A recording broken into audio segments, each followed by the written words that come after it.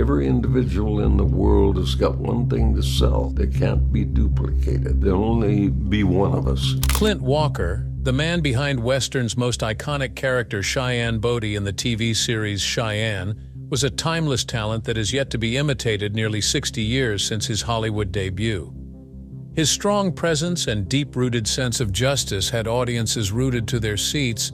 However, his personal life was plagued with adversities, from losing a spouse and a failed marriage to a near-death experience. The man went through life burdened with personal difficulty and an unlikely secret that was revealed by his daughter. Today we'll give an exclusive look into Clint Walker's turbulent journey. Some stories will shock you. Let's dive in.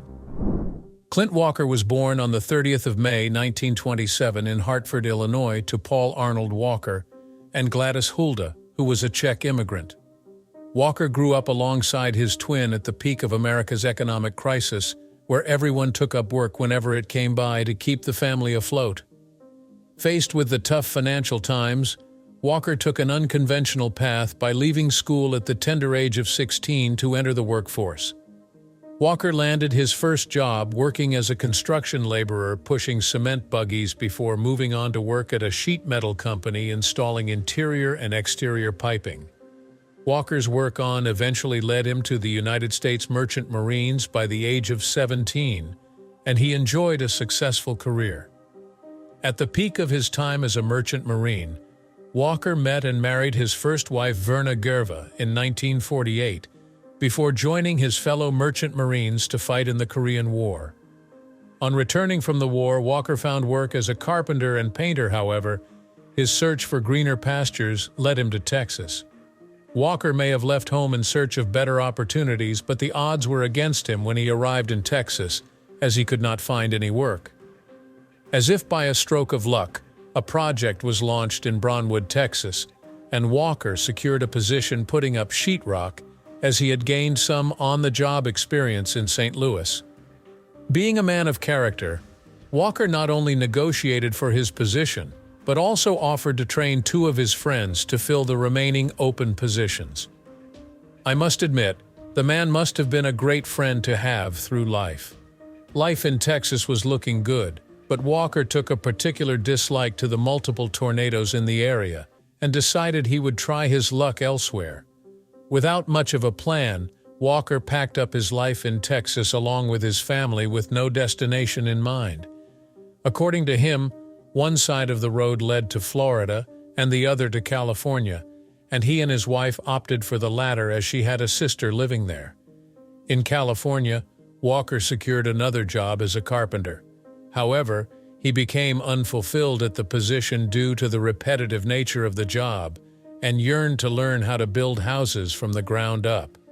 Walker eventually relented to his desires for more and moved to Long Beach, California, where he went into security work at the Newton Detective Agency with no inkling that his experience at the firm would play a pivotal role in his portrayal of his biggest role.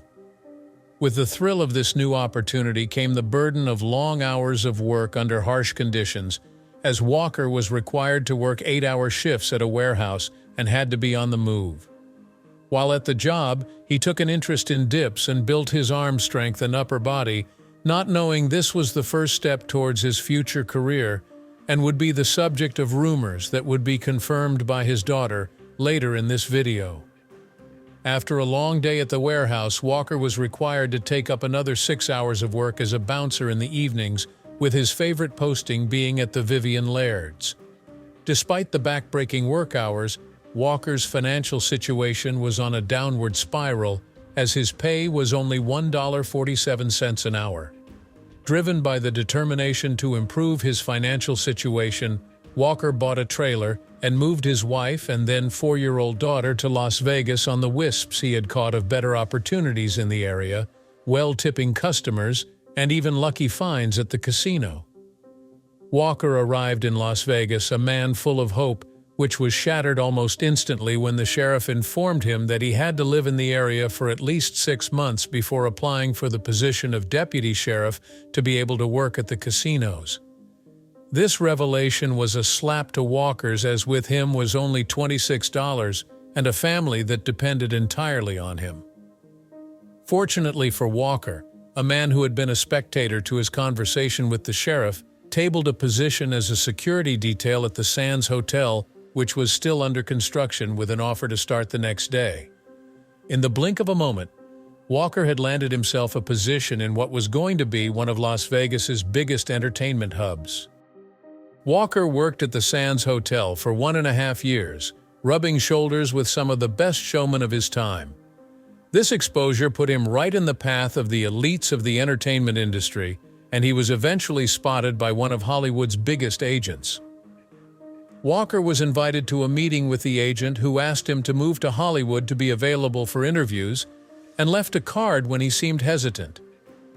Presented with such a rare opportunity, Walker weighed his options, considering the risks that came with security work and the lack of financial breakthrough, and decided to give Hollywood a shot.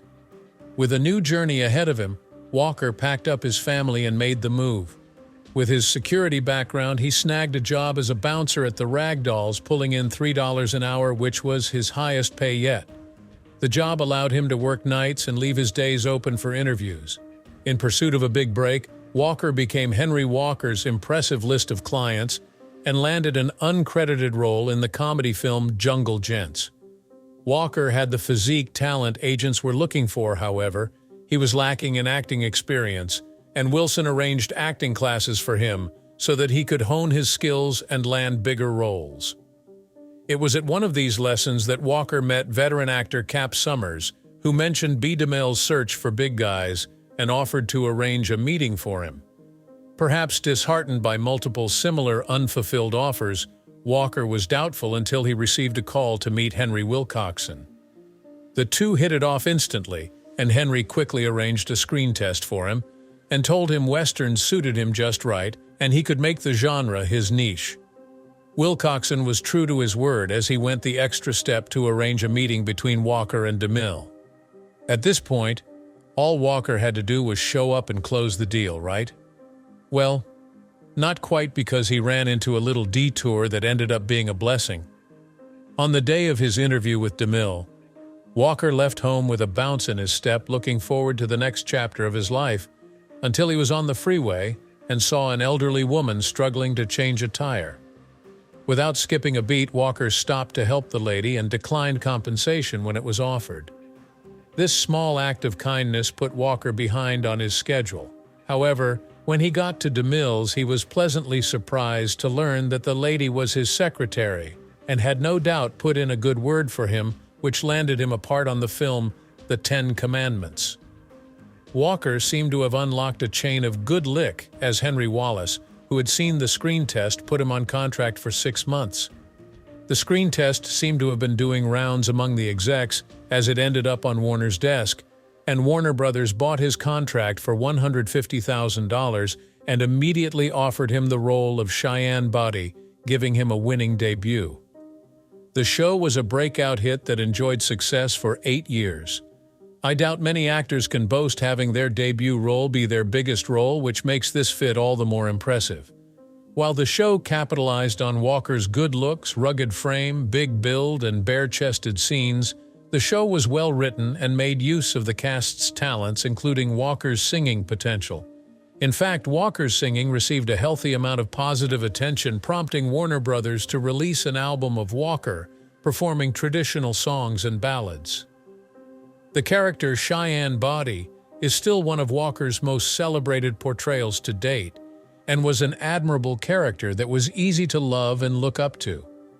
It's no doubt that fans worldwide love Cheyenne, but how did Walker feel about this character? According to this interview, Walker envisioned Cheyenne as an empathetic and honest man with a great sense of justice who could not be bought.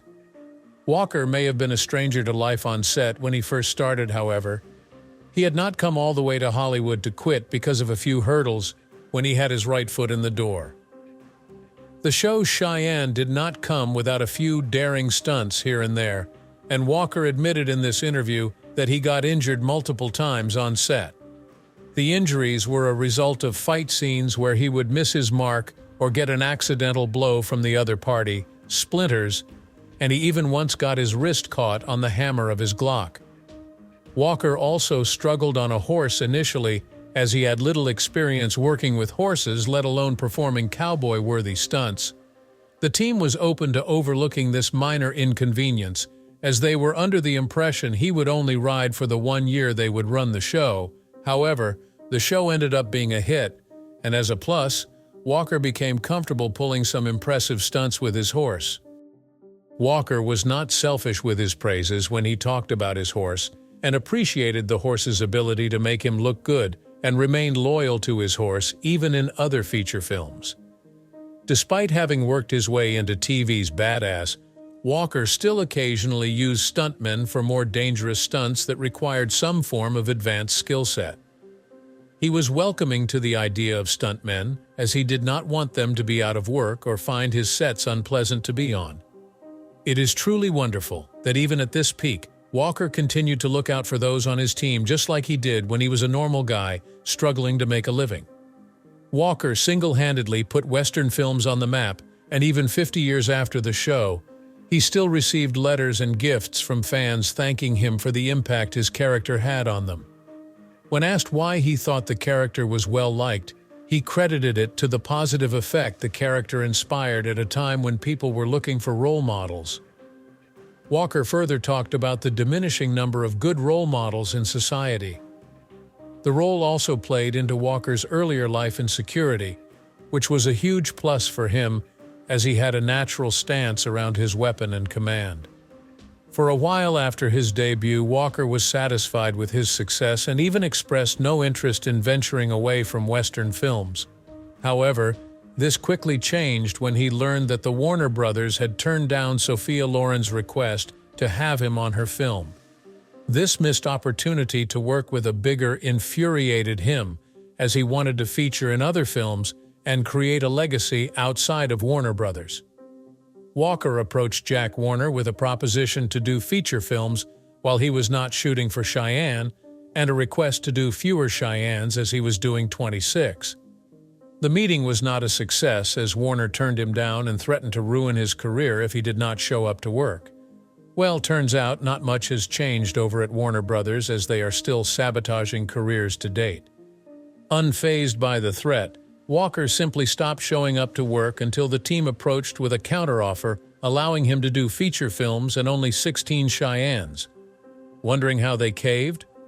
Turns out the audience was not receptive to the replacement they tried to sneak in there. Walker's stance paid off, as he was soon the lead in the Western Fort Dobbs, Yellowstone Kelly, and Gold of the Seven Saints. Cheyenne eventually went off the air in 1963, and Walker moved on to explore other opportunities. Fortunately for Walker, he had the advantage of an 8-year TV run, which quickly landed him a 2-movie deal with Paramount Studios. This golden opportunity allowed him to work with another Hollywood legend, Frank Sinatra, who cast him for the lead role in the film None But the Brave. Not only was the film pivotal in Walker's career as his first step post-Cheyenne, but also for Frank Sinatra's career, as it was his first time and only time as a film director. Walker then made repetitive appearances in The Lucy Show as he waited to fulfill Paramount's movie deal. Despite their effort, the team simply could not find a movie for the actor, and it was beginning to look like the studio would have to pay Walker for work not delivered. Walker, being a man of great character, found the idea of getting paid for incomplete tasks dishonorable, and decided to take steps to ensure he delivered on his contract. It was during one of his brainstorming sessions that he remembered a story he had read from a book by Howard Hill about a bear that waited on herds of sheep to kill them simply for the thrill of it. He pitched the idea and suggested Warren Douglas as the writer, and the pair created The Night of the Grizzly, which was another great family film to add to his ever-growing portfolio. Despite his reputation as Western's very own legend, Walker did not shy away from taking on other genres, with a supporting role in Send Me No Flowers, a starring role in the family adventure Maya, and a convict in his biggest feature film, The Dirty Dozen. Walker's ability to take on multiple roles showed his immense versatility and ability to capture audience across multiple genres, breaking away from his initial Western box. Walker had the insane ability to transcend genres and capture new audiences despite having minimal training in the art of acting. Was it his looks? The ability to lose a shirt and get the ladies gushing and the gents trying to figure out his routine? Well, according to him, it all comes down to approaching acting with unique individuality, creating an individual personality that cannot be imitated instead of trying to imitate other great talents, as everyone has something to sell and offer to the world. While things were looking up for Walker career-wise, the same could not be said for his personal life, as his marriage experienced a turbulent time, which eventually led to his divorce in 1968 after 20 years of marriage. Walker's personal life seemed to be on the rocks, and the actor opted to return to more familiar grounds, perhaps reminiscent of his early start with the Western More Dead Than Alive. This role was followed by minor roles in Sam Whiskey and The Great Robbery. Looking to gain more commercial success, Walker returned to TV with Yuma, Hard Case, and The Bounty Man. Walker's career may have seemingly slowed down, which gave him a lot of time to indulge his hobbies. However, one of these adventure trips could have very well been the last. In May 1971, when skiing at Mammoth Mountain, Walker suffered a severe accident that left him with a ski pole lodged in his heart. On arrival at the hospital, Walker was pronounced dead. In this interview, Walker talks about the experience where he remembers saying this prayer while in the middle of his near-death experience: "God, I need your help. I want to go back and take another crack at it." And sure enough, just as he was declared no more, a third heart specialist who was visiting a friend at the hospital while off duty ran into his body while using a shortcut to get to his car. The specialist later shared with Walker that the case piqued his interest as he felt in his heart that Walker was not dead.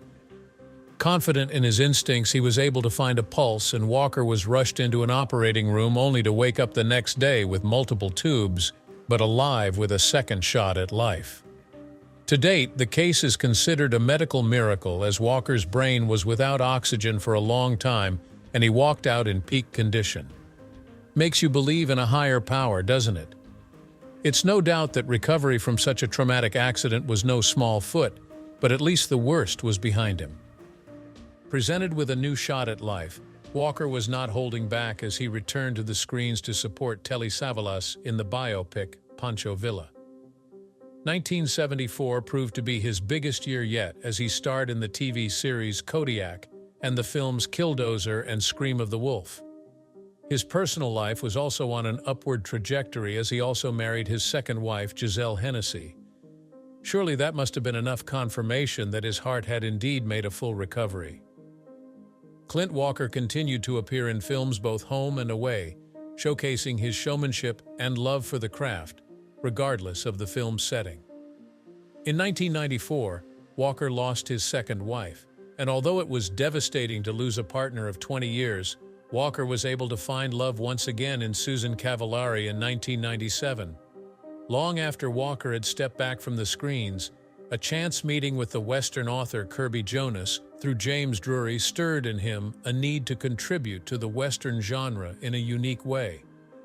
Inspired by his earlier collaboration with Warren Douglas, Walker partnered with Jonas to bring to life a Western story exploring themes of the Yaqui and gold. The narrative drew on both the author's knowledge and experiences in creating the book Yaqui Gold. Walker's initiative to take on such a project not only showed his appreciation for the genre, but also his courage to explore foreign waters. In this interview, Walker talked about his deep appreciation for the Western genre, as it depicts the raw nature of the men whose backs the America we all know and love today was built on. This alone may have been why Walker was so intent on contributing to this genre, as he too was a man who believed in hard work and uplifting those around him. Walker was no doubt Western's very own legend, and fortunately, he was able to receive and smell the flowers while he lived.